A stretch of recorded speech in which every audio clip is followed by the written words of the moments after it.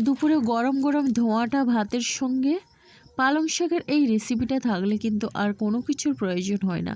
তো নমস্কার বন্ধুরা, মনীষা রান্নাঘরে সবাইকে স্বাগত। প্রতিদিনের মতো চলে এলাম আবারও একটা রেসিপি নিয়ে। আজকে আমি একেবারে অন্যরকম স্বাদে নিয়ে এলাম পালং শাকের রেসিপি, যেটা কিন্তু দুপুরে গরম ভাতে থাকলে আর কোনো কিছুর প্রয়োজন হয় না। তো বন্ধুরা, প্রথমে আমি শাকটাকে বেশ ভালোভাবেই কেটে ধুয়ে পরিষ্কার করে নিয়েছি। এখানে আমি নিয়েছি আলু, বেগুন আর শিম কেটে ধুয়ে পরিষ্কার করে নিয়েছি। এবার আমি রেসিপির জন্য ওভেনের উপর একটা কড়াই বসিয়ে দিয়েছি। কড়াইটা গরম করে দিয়ে দিলাম বেশ কিছুটা পরিমাণে সর্ষের তেল। তেলটাকে বেশ ভালোভাবে প্রথমে গরম করে নিয়েছি এবং এখানে আমি দিচ্ছি বড়ি। তো এখানে কিন্তু আমার প্রয়োজন মতো অনেকটা পরিমাণে বড়ি দিলাম। বড়িটাকে কিন্তু তেলের মধ্যে বেশ লাল করে ভেজে নেব। আর একটা কথা, বড়ি দিয়ে কিন্তু অনবরত নাড়াতে থাকবেন, তাহলে কিন্তু তেলটা কম লাগে। তো অল্প তেলের মধ্যে কিন্তু বড়ি ভাজা হয়ে যায়। বন্ধুরা, এইভাবে লাল লাল করে বড়ি ভেজে নিলাম আর এখন বড়িটা ভেজে তুলে নিচ্ছি। এবার আমি ওই বড়ি ভাজার তেলে কিন্তু রান্নাটা করে নেব, যেহেতু প্রথমে বেশি পরিমাণে আমি সরষের তেলটা দিয়েছিলাম। এবার আমি বড়িটা তুলে নিয়ে ওই তেলের মধ্যে হাফ চামচ পরিমাণে দিয়ে দিলাম গোটা সাদা জিরে। এবার দিয়ে দিলাম হাফ চামচ পরিমাণে পাঁচফোড়ন। দিচ্ছি এখানে 5টা কাঁচা লঙ্কা চেরা। আর এখন আমি এখানে দিয়ে দিচ্ছি একটা শুকনো লঙ্কা। বন্ধুরা, এখন আমি একটু নাড়াচাড়া করে নিচ্ছি আর এই ফোড়নগুলো থেকে সুন্দর মিষ্টি একটা গন্ধ বেরিয়েছে। তো দেখুন বন্ধুরা, এই সময় কিন্তু আমি দিয়ে দিচ্ছি এখানে আলু। তো এই আলুটাকে কিন্তু আমি আগের থেকে কেটে ধুয়ে পরিষ্কার করে রেখেছিলাম। আর হ্যাঁ, আলুটাই কিন্তু নতুন আলু। আর এই নতুন আলু দিয়ে পালং শাকের রেসিপিটা সত্যি অসাধারণ লাগে। আলুটা দিয়ে আমি একটু নাড়াচাড়া করে নিচ্ছি এই ফোড়নের সঙ্গে। তো বন্ধুরা, যেই সবজিগুলো সেদ্ধ হতে একটু দেরি হয় সেই সবজিগুলো কিন্তু আগে ভেজে নিতে হয়। তো তার জন্য প্রথমে আমি আলুটা ভেজে নিচ্ছি। তো আলুটা একটু নাড়াচাড়া করে নিয়ে এখানে দিয়ে দিচ্ছি সামান্য পরিমাণে লবণ। যেহেতু নতুন আলু, একটু লবণ দিয়ে ভেজে নিলে কিন্তু ভীষণই সুন্দর হয়। এবার আমি লবণটা দিয়ে একটু নাড়াচাড়া করে নিচ্ছি। তো এরপরে কিন্তু আমি এখানে ঢাকনা দিয়ে 3 থেকে 4 মিনিটের মতো মিডিয়াম ফ্লেমে আলুটাকে ভেজে নেব। তো বন্ধুরা দেখুন, এখন ঢাকনাটা খুলে একটু নাড়াচাড়া করে নিচ্ছি। আর এইভাবে নাড়াচাড়া করতে করতে কিন্তু দেখুন বন্ধুরা, আলুটার কালারটা কিন্তু অনেকটা চেঞ্জ হয়ে গেছে, সুন্দর একটা বাদামি লালচে কালার চলে এসছে। এরপরে আমি বাকি সবজি, তো যেটা সিম আর বেগুন, তো সিম বেগুনটাকে দিয়ে একটু নাড়াচাড়া করে নিচ্ছি। এখানে কিন্তু বেগুনটা আমি একটু মোটা মোটা করে কেটেছি আর সিমগুলোকে একটু আমি ছোট করে কেটে নিয়েছি। এবার আমি আলু বেগুন খুব সুন্দরভাবে কিন্তু নাড়াচাড়া করে আলুর সঙ্গে আমি ভেজে নেব। বন্ধুরা, এই রেসিপিটা গরম ভাতের সঙ্গে ভীষণই সুন্দর হয়। পালং শাকের অনেক রকমের রেসিপি খেয়েছেন, তবে এটা একবার ট্রাই করতে পারেন, ভীষণই ভালো লাগবে। তো দেখুন বন্ধুরা, এখন আমি শিম আলু দিয়ে আর বেগুন সব কিছু একসঙ্গে নাড়াচাড়া করে নিয়ে ঢাকনা দিয়ে মিডিয়াম ফ্লেমে 3-4 মিনিটের মতো আবারও রান্না করে নেব।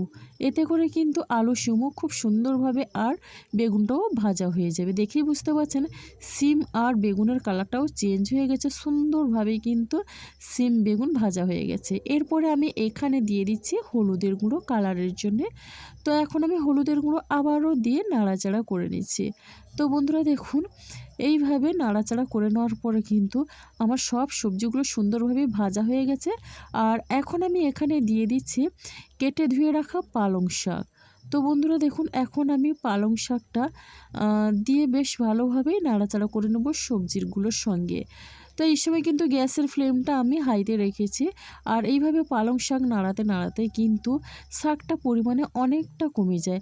আর একটা কথা, পালং শাকের রেসিপিতে জলের প্রয়োজন হয় না।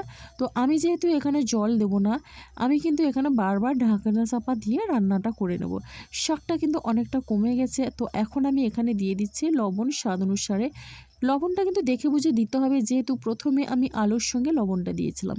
তো বন্ধুরা, এখানে আমি দিয়ে দিচ্ছি এরকম ছোট চামচের 2 চামচ পরিমাণে সর্ষে বাটা। তো সর্ষে বাটা দিয়ে ভীষণই সুন্দর হয় পালং শাকের এই রেসিপিটা। আর এখন আমি সর্ষে বাটাটা দিয়ে বেশ ভালোভাবেই কিন্তু নাড়াচাড়া করে মিশিয়ে নিচ্ছি। আপনারা চাইলে সর্ষে বাটা নাও দিতে পারেন, যারা পছন্দ করে না সর্ষে খেতে পালং শাকের মধ্যে।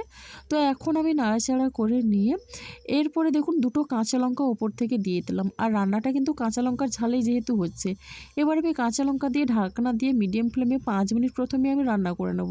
তো 5 মিনিট পরে আমি ফিরে এলাম। আর এখন আমি ঢাকনাটা খুলে দিয়ে দিচ্ছি ভেজে রাখা বড়িগুলো।